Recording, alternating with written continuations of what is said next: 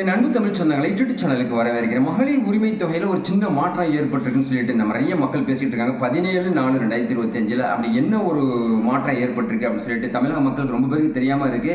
பணம் வாங்கிக்கிட்டு இருக்கிறவங்க மாதம் 1000 ரூபா வாங்கிக்கிட்டு இருக்கிறவங்க பணத்தை நிறுத்த சொல்லி தமிழ்நாடு அரசு வட்டாரங்கள்லேருந்து புதிய செய்திகள் வந்திருக்கு. இதை நிதியமைச்சர் சொல்லிட்டு இருக்கிற அடிப்படையில் அது என்ன மாற்றம் என்ன நடைபெற போது, நமக்கு வர்ற பணம் நிறுத்த போகிறாங்களா அப்படின்னு சொல்லிட்டு ஒரு மாற்றத்தை இந்த வீடியோவில் சொல்ல போகிறேன். இந்த வீடியோ ஸ்கிப் பண்ணாமல் பாருங்கள். வீடியோ பிடிச்சிருந்தா லைக் பண்ணுங்க, கமெண்ட் பண்ணுங்க, ஷேர் பண்ணுங்க. புதிய நண்பர் யாரும் சப்ஸ்கிரைப் பண்ணி யூடியூப் சேனலுடைய நெருங்கிய சொந்தங்களை எடுங்க. பக்கத்தில் இருக்க பெல் பட்டனை கிளிக் பண்ணிக்கோங்க. நான் அப்புறம் நோட்டிஃபிகேஷன் உடனே வந்து கிடைக்கிற நண்பர்களே.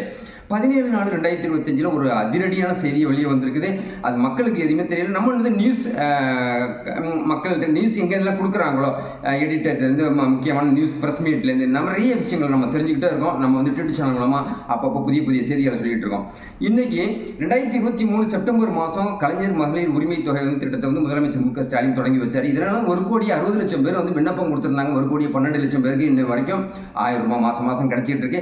இதை புதிய பயனாளிகள் சேர்த்துக்கிட்டே இருக்கிறாங்க. வரக்கூடிய 2025 மே மாதம் 15ஆம் தேதி புதிய பயனாளிகள் 30,000 பேர் சேர்க்க போறதா தமிழ்நாடு அரசு செய்தி குறிப்பிலும் தெரிவிச்சுக்கிட்டு இருக்காங்க.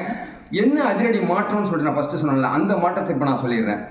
இப்போ ஓய்வூதியதாரர்களுக்கெல்லாம் கண்டினியூவாக கொடுத்துக்கிட்டு இருக்கிறாங்க இது வரைக்கும் அப்படிங்கக்கூடிய ஒரு செய்தியை மகிழ்ச்சியான நம்ம தெரிவிச்சுக்கிறோம்.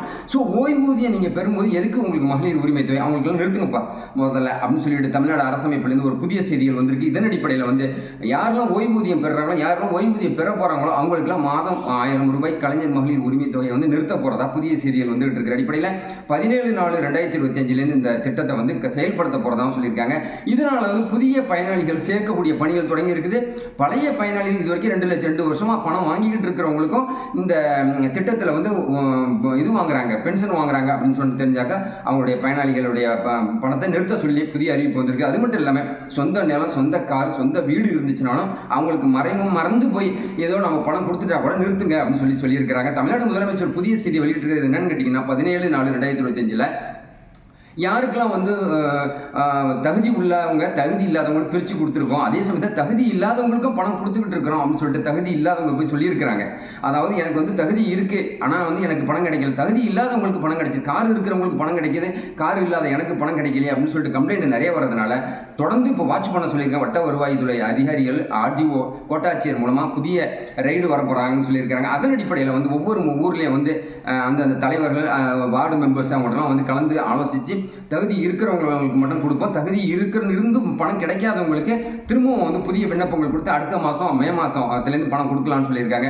அதே சமயத்தில் அரசை ஏமாற்றி வாகனம் இருக்கிறவங்க, சொந்த தொழில் செய்கிறவங்க, 2,50,000 மேலே வருமானம் வர்றவங்க, கார் இருக்கிறவங்க, விவசாயம் அதிகமாக 10 ஏக்கருக்கு மேலே இருக்கிறவங்க இவங்களுக்கெல்லாம் உடனடியாக நிறுத்த சொல்லி புதிய அறிவிப்பு வந்திருக்கிறதுனால ஒரு மகிழ்ச்சி இல்லாத ஒரு சூழ்நிலை தான் தமிழ்நாட்டில் பார்க்க முடியுது.